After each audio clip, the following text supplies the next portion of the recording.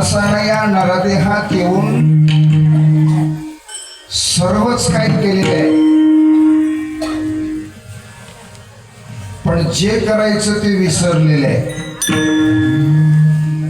जे जोडण्यासाठी इथं आलंय, बाकीच्या जन्मात जे नसलेले ज्ञान आहे या मनुष्य देहात आहे. पशु काय पाप पुण्य जाणती उत्तम मध्यम भोग भोगिती.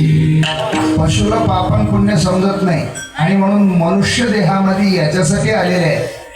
बहुता जन्मांती जन्मलाशी नरा देवतो सोयरा करियाता. बाकी सर्वच काय केलं, मात्र देवाला सोयरा करायचं विसरलेले महाराज. त्याच्यासाठी महाराज हरिपाठामध्ये खूप सुंदर फलप्राप्ती सांगतात.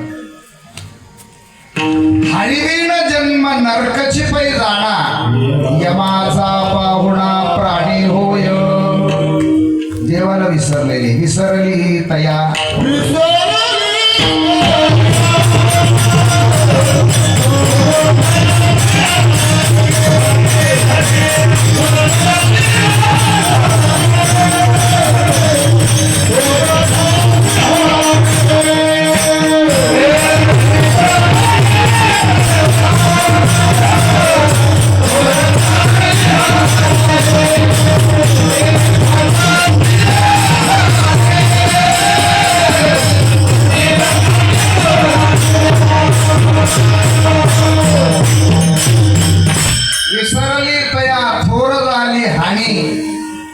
पचतील खाणी 84च्या.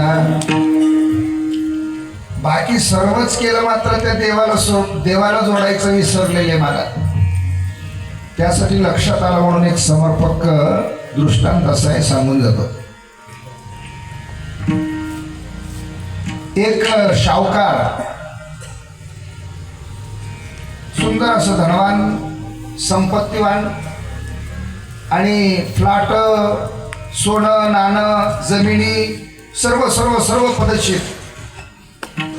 संध्याकाळी जेवण दुकानं वगैरे सर्व मोठे मोठे. संध्याकाळी जेवण वगैरे झालं की माडीवर जाऊन बसले की विचार करायचा म्हणे. दुकानं हात, मकानं हात, फ्लॅट हात, गाड्या हात. एकदा देव भेटले की माझं काम होते गड्या म्हणावं म्हणा. जन्माला आले कुठं? माडीवर बसून गादीवर येशीच्या हवेला. देव म्हणला म्हणा काय सांगावं बापा याला. असे 6 महिने ऐकले म्हणा देवाने. एकदा देव भेटले की माझं काम होते बुवा म्हणायचं. 6 महिन्याच्या नंतर देव एके दिवशी हुंटवाल्याचं सोंग घेतलं आणि शाहूकाराच्या माडीवर असणारे जे खापर आहेत त्या खापरावरती एक मोठा लाकूड घेऊन जडकवायले. त्या कशाला? खापरायला. खालून शाहूकार म्हणायला लागले, ते कोण आहेस रे वरे? ते म्हणले मी हुंटवाला हो साहेब, हुंटवाला हो. शाहूकार मी हुंटवाला हो. वर काय करलास खापरावर? म्हणला माझा हुंट हरवलंय म्हणला. मी हुंट सापडवायला आलो. कुठं? खापरावर. काय करायले?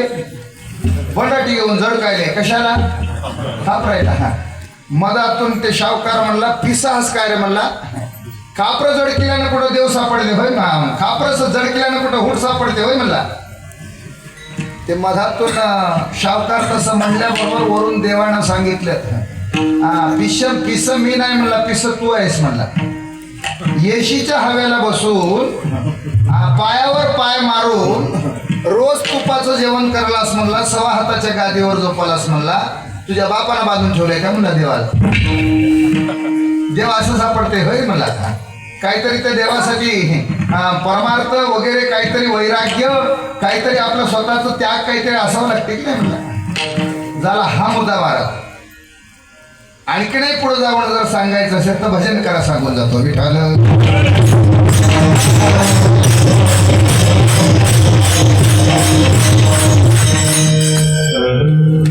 4-2 माणसं नावेत बसलेले आहेत आणि नदीच्या पलीकडल्या काठाला जाण्यासाठी निघालेले आहेत.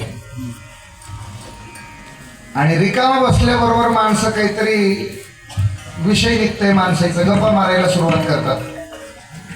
त्यात माझ्यासारखे एक महाराज होते. आता महाराजाला पहिलंच बोलायची सवय राहते. महाराजांना नावड्याला विचारायला सुरुवात केलं, का रे तुला काकडा आणि हरिपाठ काही पाठ आहे काय? त्यानं मला नाव हाणण्याच्या पलीकडे मला दुसरं काहीच जमत नाही महाराज. काकडा आणि हरिपाठ तुला जमत नाही, तुझा जन्म वाया गेला. कोण सांगितलं? महाराजांना. काही वेळाच्या नंतर त्याच्यात एक डॉक्टर होते. डॉक्टरनं विचारलं, का रे तुला काही गोळ्या वगैरे काही समजतात का? डोकेदुखीचे, तापीचे, काही सर्दी खोकल्याचे काही गोळ्या वगैरे काही समजतात का? काही इंजेक्शन वगैरे समजते? ते मला इंजेक्शनही समजत नाही, गोळ्याही समजत नाही. नाव हाणण्याच्या पलीकडे मला तिसरा काहीच धंदा येत नाही बुवा. मला नाव हाणणे आणि घराकडे जाऊन भाकर खाणे हे दोनच कामं जमतात मला. तिसरं काम मला जमत नाही. गोळ्या वगैरे समजत नाही, तुझा जन्म वाया गेला. काही वेळाच्या नंतर त्याच्यात एक वकील होता. त्या वकिलानं विचारायला सुरुवात केलं, का रे तुला काही कायदा वगैरे काही समजते का? तुला कलमा वगैरे काही माहीत आहेत का कायद्यातले? ते म्हणला कायदाही समजत नाही, मला कलमाही माहीत नाही. कलमा कायदा समजत नाही, मग तुझा वापर कोणी करून घेतात बाबा? म्हणला तुझा जन्म वाया गेला. काही वेळाच्या नंतर शेतकऱ्याला विचारलं, तुला पेरता, नांगरता, वखरता काही येते काय? म्हणला ते मला नाव हाणण्याच्या पलीकडे मला दुसरं काहीच जमत नाही बाबा. म्हणला शेतातलं काही जमत नाही आणि हे नाव बंद पडल्याने कसं करशील? म्हणला उद्या इथून फुल झाल्यानं तुझा जन्म वाया गेला. आता नाव महाराज जात जात जात जात त्या नदीच्या मध्यभागी गेलेले.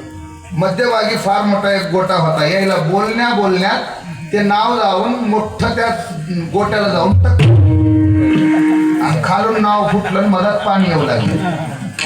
पाणी येता येता त्या नावड्यानं विचारलं, का हो? म्हणला महाराज मला हरिपाठ येईना, काकडा येईना, माझा जन्म वाया गेलं.